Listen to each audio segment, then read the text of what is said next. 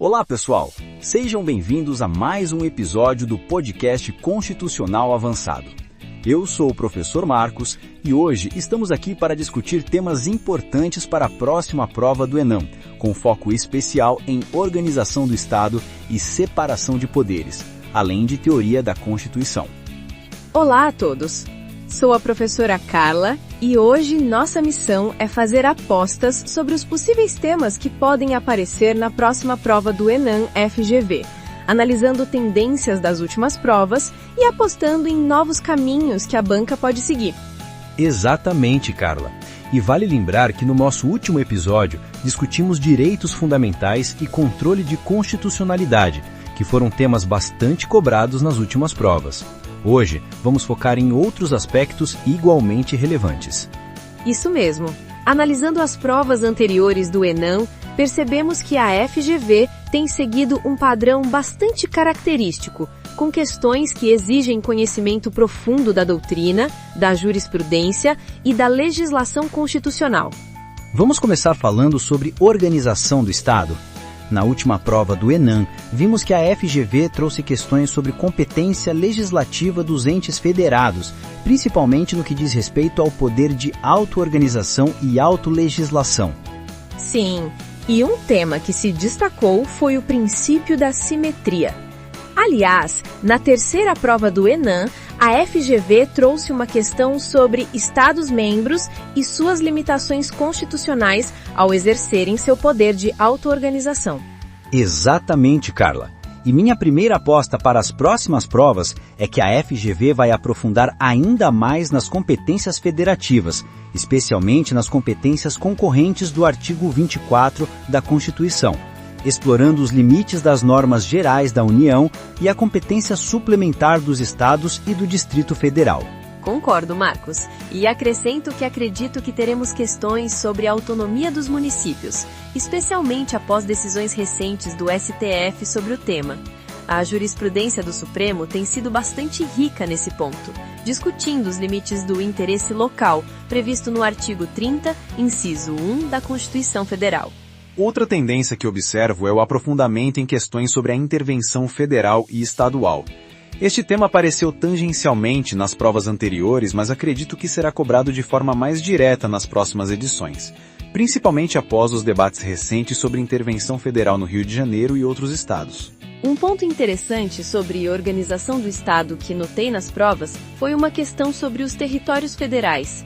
Mesmo sendo um tema que muitos consideram secundário, a FGV já o cobrou, e acredito que pode trazer questões relacionadas a uma possível criação de novos territórios, os requisitos constitucionais e suas características jurídicas. Falando agora em separação de poderes, as últimas provas do Enem trouxeram questões sobre o sistema de freios e contrapesos e as funções atípicas dos poderes. Creio que este é um tema perene nas provas da FGV. Sem dúvidas. E chamou minha atenção uma questão sobre as relações entre os poderes executivo e legislativo, especificamente sobre o processo legislativo e o poder de veto. Uma aposta minha é que a FGV vai cobrar os limites do poder de veto presidencial e as razões que o justificam, tanto o veto jurídico quanto político. Ótima aposta!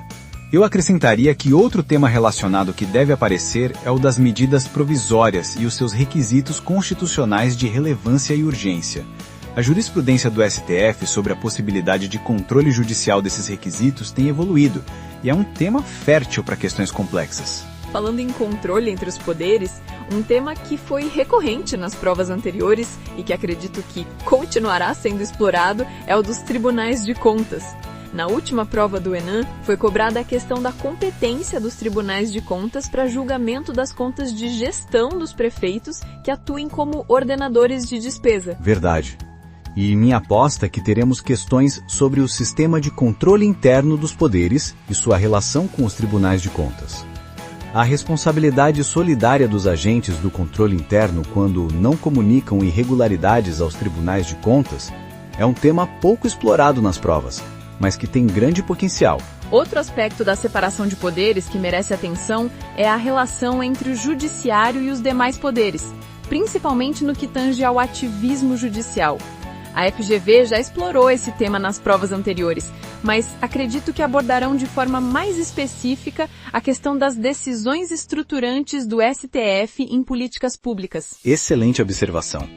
E isso nos leva ao terceiro eixo temático de hoje, teoria da Constituição.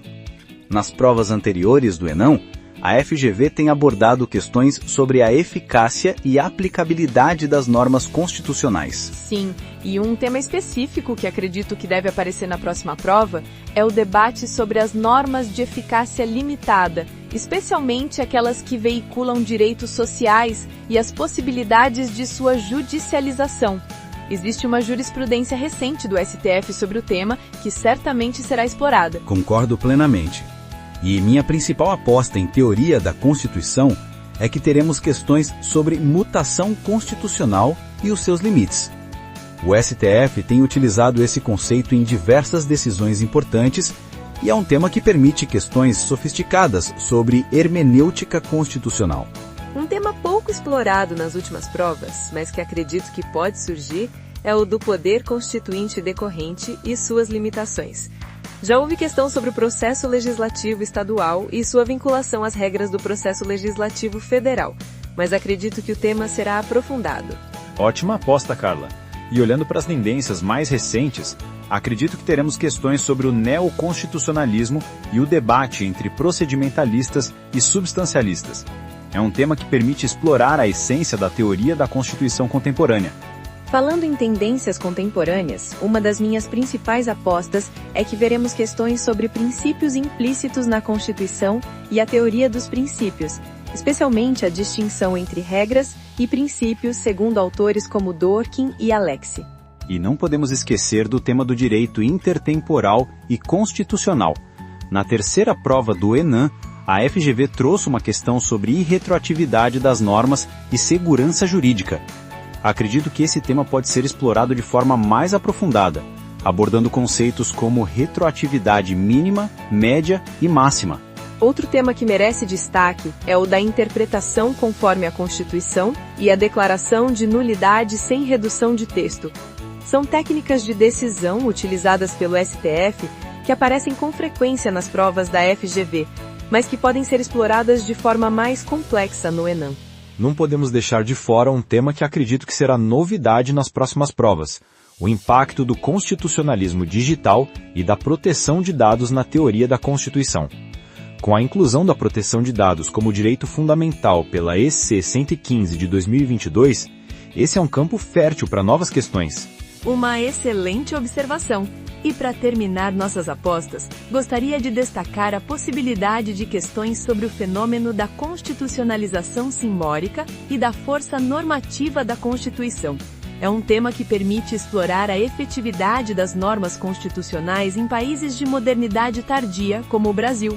Para resumir nossas principais apostas, acredito que o candidato deve se preparar especialmente para competências federativas concorrentes, intervenção federal e estadual, limites do poder de veto presidencial, controle interno dos poderes, decisões estruturantes do STF, mutação constitucional e constitucionalismo digital. E eu complementaria com autonomia municipal e interesse local, tribunais de contas, ativismo judicial, normas de eficácia limitada, poder constituinte decorrente, teoria dos princípios e constitucionalização simbólica. Um conselho importante aos candidatos é: não se limitem apenas ao texto constitucional, mas estudem a fundo a jurisprudência do STF sobre esses temas e os debates doutrinários mais recentes. Exatamente! A FGV costuma cobrar o conhecimento da lei seca constitucional, mas vai além, exigindo compreensão dos debates jurisprudenciais e doutrinários mais sofisticados. Bem, pessoal, chegamos ao final do nosso episódio de hoje. Espero que essas apostas ajudem vocês a direcionar seus estudos para a próxima prova do ENAM. E não se esqueçam de nos acompanhar nos próximos episódios, onde continuaremos trazendo análises e apostas sobre outras disciplinas importantes para o ENAM. Muito obrigado pela audiência. Até o próximo episódio e bons estudos a todos. Até mais e boa sorte na preparação para o ENAM.